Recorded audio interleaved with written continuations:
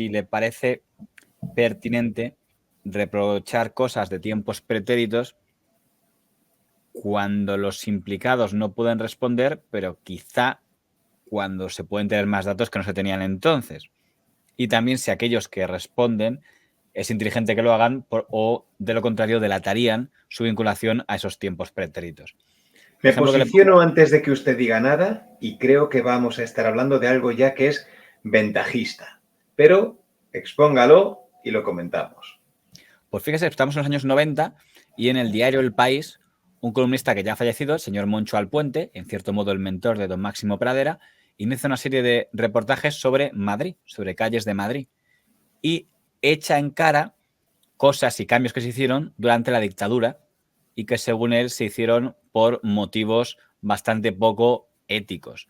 Por ejemplo, acusa a un exalcalde de Madrid durante la dictadura, el señor don Miguel Ángel García Lomas, de haberse cargado volando el mercado de Olavide, que pasó a ser la plaza de Olavide, y que ordenó esa demolición porque para vengarse de los profesores universitarios republicanos que le habían suspendido cuando era alumno.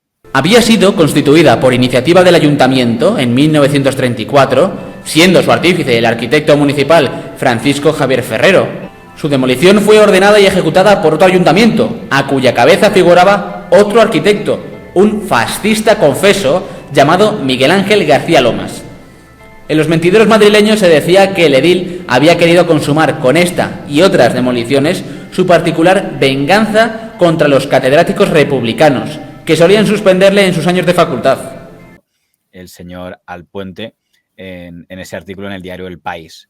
Lógicamente, don Miguel Ángel García Lomas hacía tiempo que había fallecido. Pero lo curioso es que don Enrique de Aguinaga, que era un periodista franquista del que ya hemos hablado en alguna ocasión, aún estaba vivo.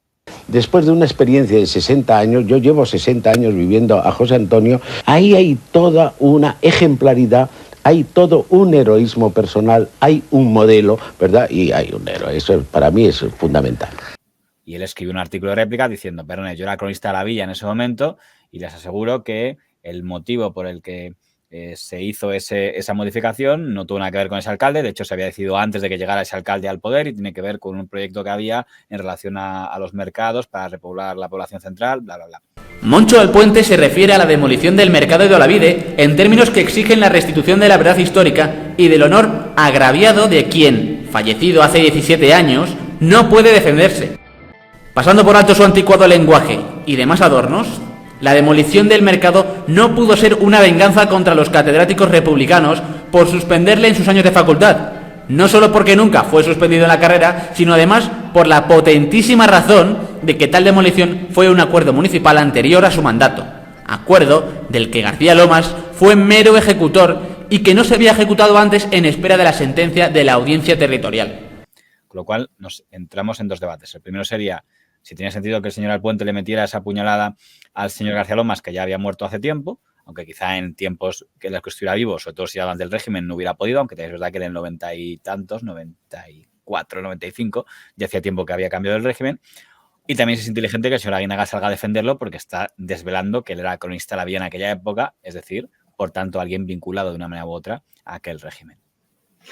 No creo que fuera algo sorprendente, quiero decir, ya lo sabrían, ya se sabría a lo que estaba vinculado, entonces no creo que tampoco fuera algo sorprendente o que le pusiera demasiado en la palestra. También le comento una cosa, a mí el motivo de venganza de los profesores que le suspendían me parece cuando menos algo débil o algo flojo. El artículo se llamaba La venganza fascista. Era el título que puso Moncho Alpuente, el señor Moncho Alpuente, ese artículo.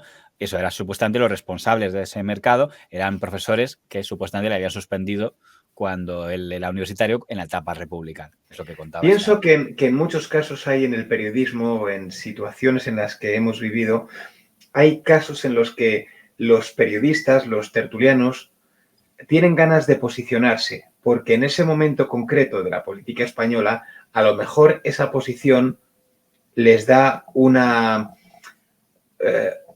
esa posición ideológica en ese caso, les da otra posición después u otros, o pueden conseguir algunos réditos, es lo que quería decir. Entonces, creo que es algo que no es una puntada sin hilo. Alguien no se expone en una tesitura tan compleja como esa sin estar esperando algo a cambio por otro lado. Algo que tal vez ni usted ni yo tengamos controlado. Hubo una segunda parte que es que luego hizo otro artículo ya en el 96, muy parecido, en este caso hablando de otro mercado que fue convertido en plaza, el de San Ildefonso, y vino a decir algo parecido. Esto es culpa del alcalde que había en aquel momento, que en este caso era don Carlos Ayas Navarro, el que luego sería último presidente, presentó el alcalde de Madrid, y dice que en el fondo lo hizo porque quería hundir el mercado de San Ildefonso para beneficiar a un mercado rival, el mercado de Barceló, porque habría algún chanchullo de comisiones y cajones con ese otro mercado, de hundo este mercado para este otro. San Ildefonso, que fue plaza de mercado hasta que un alcalde asilvestrado, de aquellos del franquismo, arrambló con ella, sin más razón que la de buscar clientela para un mercado más moderno al otro lado de la calle de Fuencarral, con el consiguiente reparto de comisiones y cajones. De nuevo, vuelve a escribir Enrique de Aguinaga, a quien el señor Puente no había respondido la vez anterior, diciendo yo era cronista de la Villa esa época y digo que, aparte de que yo considero que Ayas Navarro era un gran alcalde de Madrid, a pesar de no haber sido elegido democráticamente, aunque eso no lo decía, pero eso tenía que ver con un plan que se había aprobado en las Cortes de rescatar las plazas públicas y aumentar el número de plazas públicas y reducir los mercados, y figura todo en los documentos, bla, bla, bla, y lo puede consultar el señor tal en la documentación del Ayuntamiento de Madrid, bla, bla, bla. Los errores y calumnias acumulados por Moncho Alpuente a propósito de la demolición del mercado de Olavide me obligaron a intervenir hace unos años. Ahora, los errores y calumnias de su artículo sobre la demolición del mercado de San Ildefonso me obligan de nuevo a la réplica de la misma causa.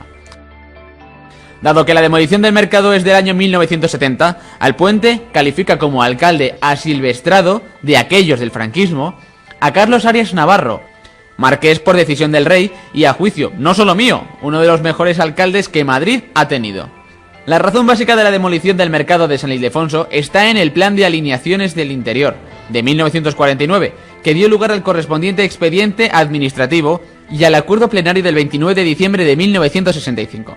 Este largo proceso venía a reducir el censo que desde 1835 pesaba sobre el espacio público. A las razones legales se añadía una demanda general. El mercado no solo había anulado las aceras en una zona de tránsito difícil, sino que estaba conceptuado como uno de los más cochambrosos y deficientes en el orden higiénico-sanitario. Tampoco en esta ocasión contestó el señor Alpuente. Lo único que tengo claro es que si hoy, en 2023, alguien, contra rumores, digamos, se decía que este alcalde franquista o este funcionario franquista había hecho esto por H o por B, seguramente nadie respondería, porque aquí le interesa hablar bien de ellos. Pero en aquel momento, curiosamente, como aún quedaba vivo alguna gente de allí, pues como caso este ex cronista de la Villa, pues lo hizo. Y, por cierto, viendo cómo escribía, no creo que a señor Aguinaga le molestara que le llamaran franquista, pero era una posición que ya en los 90 era un tanto antipática. Ahora bien, el señor Puente no le replicó, se quedó ahí como, bueno, pues que conteste. Tampoco dijo que mentira, puedo acreditar lo que estoy diciendo. No, de hecho, en la propia lectura del señor Puente está dando a entender que son rumores. Se comentaba que era una venganza fascista del señor García Lomas. Se comentaba que podía haber chanchullos del señor Ayas Navarro. Luego, la propia lectura nos indica pensar que estaba haciéndose eco de rumores. Creo que es extraño, y para nosotros que a lo mejor lo vivimos demasiado jóvenes, nos cuesta entenderlo, pero pienso que en los 90 no estaba tan censurada esa actitud. Todavía. Hablaste del señor Aguinaga, de defender... Claro.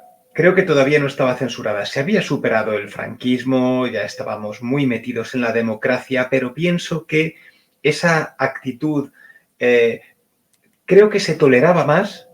No estoy diciendo que esté bien, quiero decir, todavía no habíamos evolucionado en ese aspecto, pero creo que todavía se toleraba o se entendía, bueno, es normal que quede gente con ese pensamiento, esa forma de pensar todavía, y es normal que me repliquen.